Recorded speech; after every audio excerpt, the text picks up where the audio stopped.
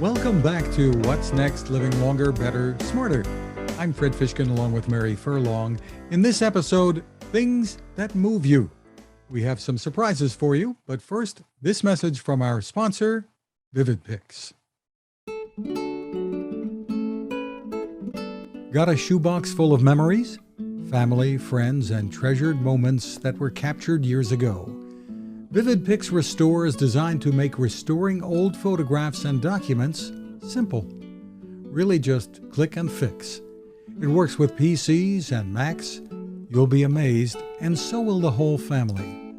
At under $50, it's a great investment, and you can even try it for free at vivid-pix.com. And while you're there, check out the new Memory Station scanning solution bundled with Restore. The site again is vivid-pix.com. Well, Mary, it's officially summer. We have a fun theme, things that move you, and a couple of great guests in store. Yes, it's hard to believe we're into summer, but it's triple digits out here in California today. And our guests in this episode are both authors and can move you in different ways. It's a very exciting episode. So let's start with the introductions. He has been called the godfather of photography. He is a Canon explorer of light. Rick Sammon is with us, somehow finding the time between writing books, numbering 42 at least, and traveling the world, shooting amazing images and teaching others how to do it too. Wonderful to see you, Rick. Well, thank you so much. We had such a good time together out on the Oregon coast. I remember you were out there. We learned a lot. We made a lot of great pictures. And as you know, there's a big difference between taking a picture and making a picture. And it's good to see you. And it's great to be your friend for, I think, 15 years or so. At least. And the Oregon coast, last trip I had before COVID. So it was terrific. So glad we did that. Yeah. Mary? And it's great to see Mary. Yes, and we didn't plan what we were wearing, but it's really wonderful to be here with two amazing creative participants. And because you're younger men to me, because I'm 73 and a half. And so you're a little younger, right? Well, I'm 72, Yeah. so I'm close. And still creating. So one of my fondest memories was a Thanksgiving on the Oregon coast in Yachats. And a friend of mine just bought a group of cottages in Yachats. So we are going to be doing, isn't that amazing? That's why it's so beautiful. And we're going to be going this fall to, with a group of writers to update my book, which is 18 years old. So I loved your photographs of the Oregon coast, and I can't wait to study that more. And your wife, Susan, was your co-author. Yeah, she's the co-author and editor of all my books and best friend for 50 years. And I've just gone through some of the pictures there from the Oregon coast. It really is an amazing, amazing place. Well, since you've started showing them, Rick, you've been at this for so long. When it comes to photography, I know you like to say not specializing is your specialty. So yeah. You do wonderful portraits, and the landscape images that we just saw are breathtaking. So is it possible to put into words what makes a great picture? You know, people ask me that all the time, what makes a great picture? And, I think it comes down to it's subjective. For example, I love photographing horses, especially horses running on the beach. So I think if you fall in love with the subject and you like the subject, that's what makes a great picture for you. Because I know a guy, you know who he is too, I won't mention his name, but he does not like insects. And I've seen some amazing pictures taken with like an electron microscope of insects that are just amazing, but this person does not like these pictures. So it's really what we like. And the same thing with music, the same thing with art. It's it's really what we like. But I think maybe boiling it down a little, I think when it comes to like an animal or a person, it's gesture. Gesture is so important. So in this picture that you see here is the gesture of the girl and of her dress, and look at the gesture of her hand and the gesture of the horse. So it's really all about gesture, but this gesture can also apply, getting back to the Oregon coast, and take a look at take a look at this picture. Okay, it's a gesture of the waves coming in and out, and the slow motion of the waves. So I think, gesture and movement, trying to make a picture come alive. And also another thing that might make a great picture is that, you feel like you're there. So by including that foreground element in those rocks in the foreground, you feel like you're there. And the same thing in this picture. So that's what I try to do. I try to create pictures that people say, man, I want to be there and I feel like I'm there. On our podcast, Mary and I have talked about the value of photoreminiscence therapy, how valuable it is for older adults with memory issues. Really can bring people back to life, really. What are your thoughts about the connection to photos that can move us all? I'm sure your collection is more than a few shoeboxes. So talking about, how pictures, bring back memories. Every Thanksgiving, I post this picture of my father, and I update it a little. But my father lived to 92, speaking about longevity, and he was sharp as a tack. He did not need Prevagen. He did not. He was as sharp as a tack, and I was teaching him Photoshop and all this stuff. But, the reason I put it up at Thanksgiving, because I want people to realize, how important our loved ones are. And the title of this message is, we are a part of everyone we meet. And I think this is really true. We are a part of everyone we meet. My father's been gone for about 12 years, but I'm still, he's still a part of me. My mother's been gone for 20 years. She's a part of me. So I think if we realize that we're a part of people we meet, and that's, by the way, how we develop our personalities. We take in, what we like from other people, and that becomes part of us. Whereas, what we don't like, we don't take in. So, my father was, one of my heroes, the strongest person in my life at one point, and became, the weakest. You could see him on his picture on his walker there. But I think without these photos, I've been to 100 different countries, Antarctica, Africa, I could go on and on. No picture makes me cry every once in a while than a picture, of my father. So these are the pictures that are really the most important to us. So yeah, we could get into the technical stuff and the exposure triangle and digital stuff and all, but it's really the people that that's what I think is so magical about photography. I could look at that picture of my father and say, hey, I go down and see him for lunch, which I did actually twice a week after my mother died for about 10 years. There's such a rich tapestry in the work. Rick, I'm so inspired. First of all, your story about your dad is so important. And today I was telling Fred, is the day that I lost my dad, 20 something years ago. And I'm inspired to go find a photo because it was so quickly and then he was gone. And now when I hear that song, you can't take that away from me. Yeah, right. Somewhere here. And invariably they play it somewhere close to this. And my mother had a sympathy heart attack that day. So it was one of the roughest days. Oh, wow. Yeah. You hear that all the time, right?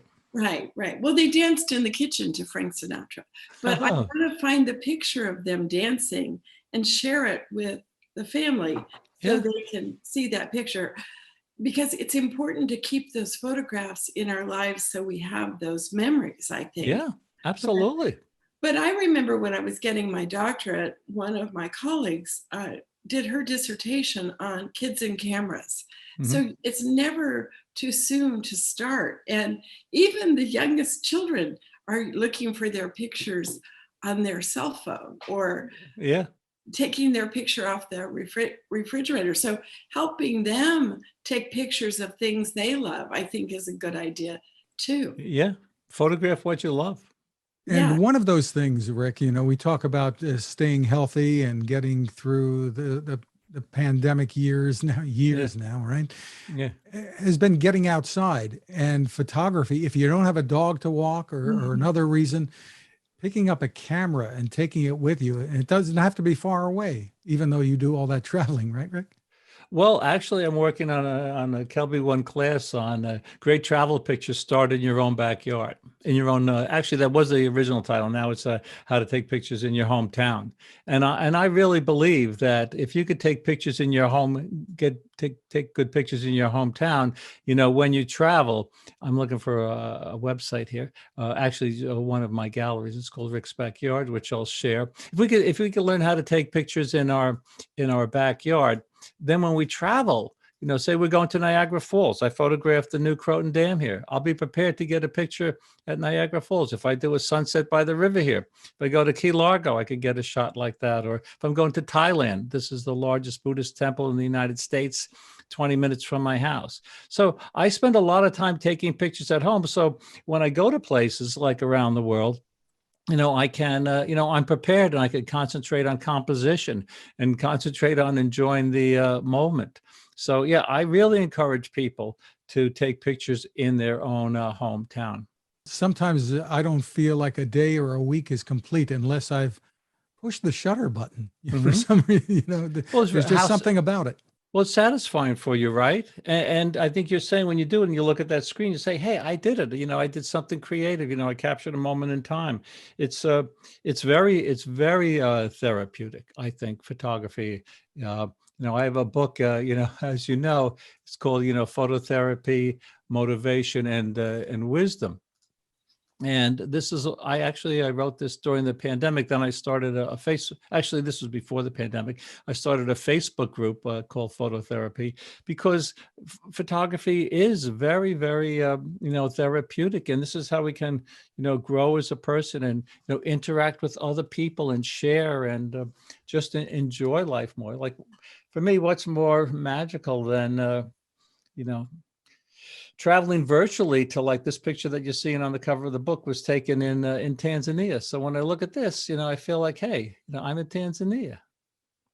That is incredible. Now, I have long thought that photographers were the happiest people on earth. And I thought if I had the talent, could do any profession, that would be the one to choose.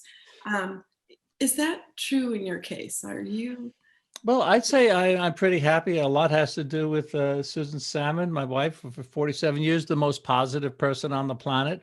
But I'd say, and a lot of people, think, oh, being a travel photographer, it's the greatest job on the planet. Well, this is what I'll say. As Fred knows, I used to write AP photo column. And before that, I worked in an advertising agency with a suit and tie. And this is what I say about that job compared to this job. I say, this job is like a roller coaster, being a travel photographer. The highs are really high and the lows can be really low. So, doing what I do is like being on a roller coaster. But guess what? I would never trade that, for being on the merry-go-round. Right. So the roller coaster for me is way more exciting. But I think, I think a psychologist might, if someone goes to a psychologist, and I have some experience with this, and says, what is happy? What makes you happy? Maybe happiness isn't really the right word. Maybe it's being satisfied or, grateful. I would say, rather than if I had to describe my feeling right now, after breaking my ankle last year and being able to ride my bike now and do a bunch of other things and being alive at 72, I'd say my main feeling is being grateful. And I'm grateful to be here with you guys. I'm having a ton of, I hope hope you and the listeners and the viewers are having as much fun as we are. I think that's right. I remember George Leonard's book called Mastery. And one of the things, and of course, I've started 3 companies in the field of aging, senior net, third age, and now this one. And what I've noticed that people, when they're in the zone of mastery and they feel flow, as they are older in their life, they're pursuing their passions because it's what they enjoy. Mm-hmm. So photography is just a wonderful, potentially new hobby for many older adults. Yeah, but you know what? People, I'm not, people say, oh, Rick, you're a photographer. My son, actually, we were at a party once and my son said, and someone asks, he's standing next to me, and someone says to me, Rick, what do you do? I said, I'm a photographer. So my son says, he corrects me, he says, Dad, you're actually an entrepreneur who happens to be a photographer. That's true. That's what you are. So I had a lot of different things going, but, being, so photography is only a part of my life. I spend actually more time playing music. Fred said he doesn't feel satisfied if he doesn't click the shutter. I play music. There's a picture of my music room here. I play music for, at least 2 hours a day. I make pizza in the backyard. Susan and I have happy hour talking about longevity. I think this is really important and that is happy. But exercising is the key. I go to the heart doctor. Every time I go to the heart doctor, first thing he says is, what are you doing for exercise? Mm-hmm. So exercising that's why I ride my bike every day and walk and stuff like that. And attitude plays a big part in this too. Rick, one of the things that really just a comment here that you've taught me is, when you go out, you might travel thousands of miles to go to a location to take pictures, and the weather turns out to be garbage. Yeah. You make the most of it. It doesn't stop you. It doesn't change your attitude, at least on the surface. Well, I try to always project, a positive attitude. Actually, I think I wrote more than a few articles on what happens when the weather goes bad. Like we were in Antarctica once, and the weather wasn't. Looking for this EOS at the bottom of the world. I'm looking for a bad weather day. Yeah. So this picture was taken on a totally overcast day. So it's wow. But wow. you can see how gray the sky is. So I always say, embrace the situation. It's my favorite picture from South Georgia Island. Look how cloudy the sky is. And there are people on the ship saying, "Oh man, it's overcast. We really want it to be nice." I say, "Are you kidding? Taking the pictures on an overcast day is much easier. Like here, much easier than taking a picture on a sunny day." Like here, because the contrast range is a lot lower. Actually, if you see all of these pictures, I don't think there's one blue sky. So this is one of the things to expect in, there's a blue sky picture in Antarctica. But look at the mood. Getting back to the question before, what makes a good picture? The mood and the feeling. What makes a great piece of music? I like Santana. I like Clapton, and it's the mood and the feeling of their music that can move you. And the same thing with the photo. It's the mood of the sky here. I was so lucky having this picture. I think has a lot more drama than this picture, right? The nice sky. It's nice with the nice sky, but you have this dramatic overcast sky. Those are spectacular. I'm going to dedicate real time to going in to take a look at your work. Well, not only that, thank you very much, but Antarctica is amazing. To be at the bottom of the world and this far removed, from places, and to have close encounters with this, like a Weddell seal. Getting back to gesture, it looks like he's waving at us. Yeah. So I picked my pictures based on gesture oftentimes. Wow. Antarctica is just an amazing place. Well, Rick, you even offer, we're talking about the music, you offer guitar and piano lessons in addition to teaching so many people, thousands of people about photography. Well, I do. And I have on my website, if you go to Rick's Music Room, it's right at the top. I have these free lessons on guitar and piano. Actually, Fred, this video, if I click on the YouTube channel here, I know might have to, I'm not going to play the ad, but it has 136,000 views. That's more views than any of my photo videos. So it's kind of interesting. That's why I say, photography is a part of my life. Well, the website is Rick Sammon, SAMMON.com. Where to next, Rick? We're going to the high Arctic, which and we're going to be looking for polar bears there, And I have a little gallery here from last year's trip. And this is really it's cool. Yeah, we fly to Iceland, then we're going north from there. But you know, again, the wildlife up there. But you know, a lot of people go for the wildlife, but I love the scenery too. You know, to be, you know, this in touch with Mother Nature, to see the drama of, you know, these cloudscapes and the seascapes and the ice and freezing your butt off. It always feels really good to be back on the ship. There's a shot of our little cabin there. You know, So Rick, and we said that your specialty is not specializing. So I'd like you to show folks just for a moment, maybe a couple of your favorite portrait shots, because the way you connect with people through the lens is amazing. Well, thank you very much. Yeah, when I tell people say, "Hey, Rick, what's your specialty?" Because photographers always want to know that. And I say, well, my specialty is not specializing, but when it comes down to it, you know, I love photographing people like these Huli Wigman in Papua New Guinea.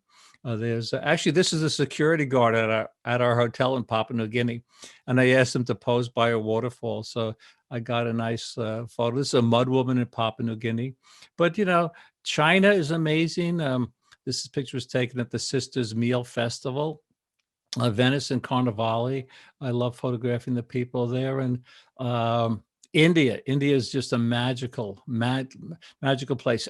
Getting back to the question on what makes a good picture, you know, eye contact. I'm sure you guys and everyone looking at this picture feels as though this gentleman that I photographed in the train station is looking right at well, is looking at you and looking at all the viewers, but he has like a little smile on his face. So I connected with him. Also, the catch light in the eyes is nice here. So yeah, and we have some cat. This is taken down in Panama. So yeah, the official parking man in Cuba.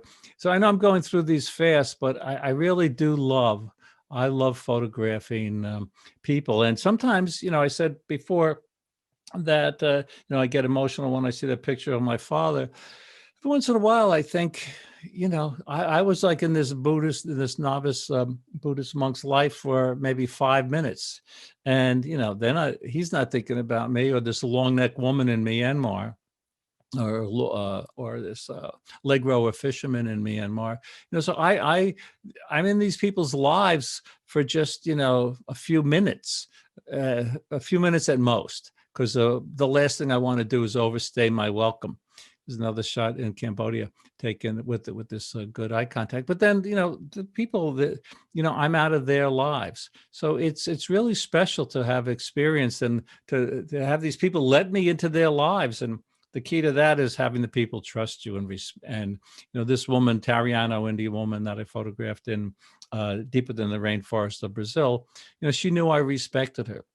Because I'm talking to her, I say, "Why do you paint your face?" I'm trying to get an interaction going. And she said, through our guide, interpreter, she said, well, we do this so when we go into the rainforest, the gods in the rainforest protect us and help us with our hunts. And you learn by traveling what's important to people. For example, what's important to this woman? Surviving until the next day. They're not looking at their calendar on their iPhone and thinking about what they're doing in 6 months. They're thinking about, you know, what's going on, what's going to, you know, happen the next day. So traveling is a great education, and seeing what's important to other people, I think, again, getting back to the grateful feeling makes me really grateful for, you know, what I have. You're a national treasure. And this all happened because I was excited about going to Yachats, and I just discovered this amazing piece of work. And I understand, Fred, why you're so enthusiastic about your friend. And I hope you'll come back and share other photographs with us. Well, I will, and I would love to. But Mary, I'm going to ditch the Godfather title. I'm going to go for National Treasure. I think Fred, what do you think? I think National Treasure is better. In many ways, Rick. You teach people about photography, you teach people about music, but I think you teach us all a lot about life through all of your work. So thank you so much for sharing and spending time with us, Rick. You guys are a lot of fun, and I definitely want to come back. Well, those were some wonderful words of wisdom from Rick, and he's creative in so many ways, and such a pleasure to meet him. Really. So thank you, Rick. And our next guest will move you in a different way. Chunka Mui is a futurist and author of A Brief History of a Perfect Future, Inventing the World We Can Proudly Leave Our Kids by 2050. I really love the title of the book, and thank you so much for joining us, Chunka. One of the things we want to talk with you about is how we can move, have more mobility as we age, something you talk about in your book. Well, thank you for having me, and thank you for the important work that you're doing. We know that at every age group, transportation is core, key to quality of life. It's key to quality from a happiness standpoint. It's also key from an economic opportunity standpoint. And certainly as we all get older, transportation becomes that much more important because it's key to reducing social isolation and also key to all those different aspects of quality of life. And, over the last 10, 15 years or so, billions of dollars have been invested in new transportation technology, both driver assistance technology and autonomous driving technology, both of which I think create the opportunity for tremendous innovation in terms of use cases for specific targeted towards the age groups you just described. There's much made very often today about the age at which people can and or should continue to drive. You take an optimistic viewpoint, I think, in your book about how the technology is going to enable us to remain mobile in the years to come. Tell us what your vision is here. Sure. I'm very optimistic because I think if we look at the last 25 years of technology advancement, we can easily follow the same trend and see the same kind of advancement over the next 25 years. And it's just almost a regular clock cycle of industry and of physics. And I think with that kind of computational power and advances in energy technology, we're going to be able to essentially in 25 years have many, many use cases where people don't have to drive at all. I mean, think about it this way. You can think about mobility as what you can do in the front seat of the car, but what if you could just sit in the back seat of the car and be driven around? And especially when we're talking about senior communities where the use cases are known, where you don't have to drive 90 miles an hour on the Autobahn, where you can map the facilities. I think autonomous driving will be more used than people driving themselves, certainly in 25 years and probably likely in 10 years. So when you have that defined area around a senior community, it's not very difficult to put autonomous vehicles on the streets to transport people from here to there, because in a defined area where you're not saying, oh, take me 150 miles away, pretty easy for that to be accomplished. In fact, it is being accomplished today in some communities. Absolutely. Even in open urban areas like San Francisco, in Phoenix, also in areas of Texas now, you have use cases where autonomous taxis are driving in urban settings. Now, they're limited in terms of where they can go and the kinds of driving they'll do. But if you start focusing in on well-defined communities, well-defined use cases in those communities, I think the opportunities are wonderful, both for the potential customers and for the entrepreneurs. Meanwhile, there's the safety technology that is being built into, I guess, the vast majority of new cars today. Tell us about the significance of that, the importance in protecting us sometimes from ourselves. Well, we're protecting us from ourselves, we're protecting us from people doing crazy things outside of our cars. But in every car that Mary just described, including one she aspires to, we're going to have a wealth of cameras, we're going to have a wealth of radar.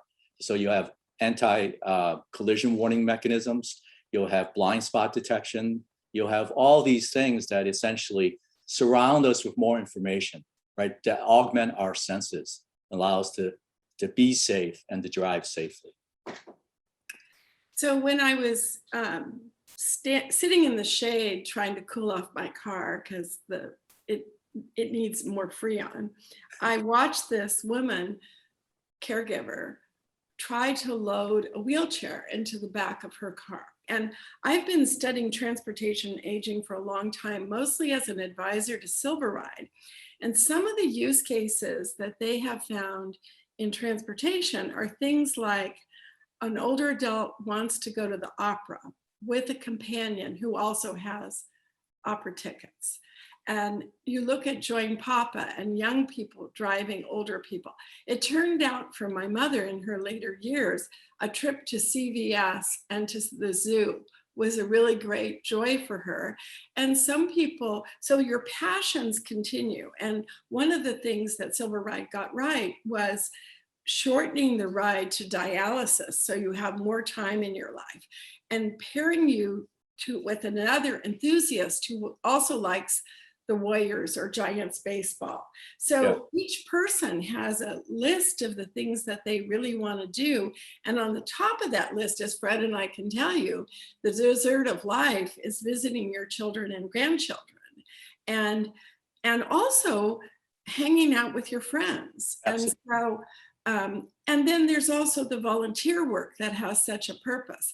I was so inspired that during the COVID, Uber Eats was delivering food to older adults in Illinois. And I think there is this notion with companies like Chefs for Seniors and Meals on Wheels of how do we get food out? We have a panel here on food insecurity. So there's a lot of use cases for the need for transportation. Absolutely. But I only drive in the slow lane. I'm not a great driver to start with, so I can't wait for this technology to happen.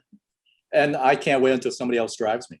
As we've seen in the tremendous rise in Uber and Lyft, I mean, the move from owning a car to just hiring a car gives you both not only tremendous flexibility in schedule, it gives you a great economic lift, right? Because you don't have the fixed costs of owning and maintaining that car.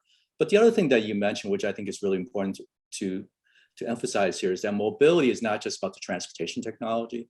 It's about the integration of the information technology with the transportation technology, and allowing mobility in a broad sense, both in terms of bringing people together and allowing them to go from point A to point B. And all of that rides on the same technological set of curves.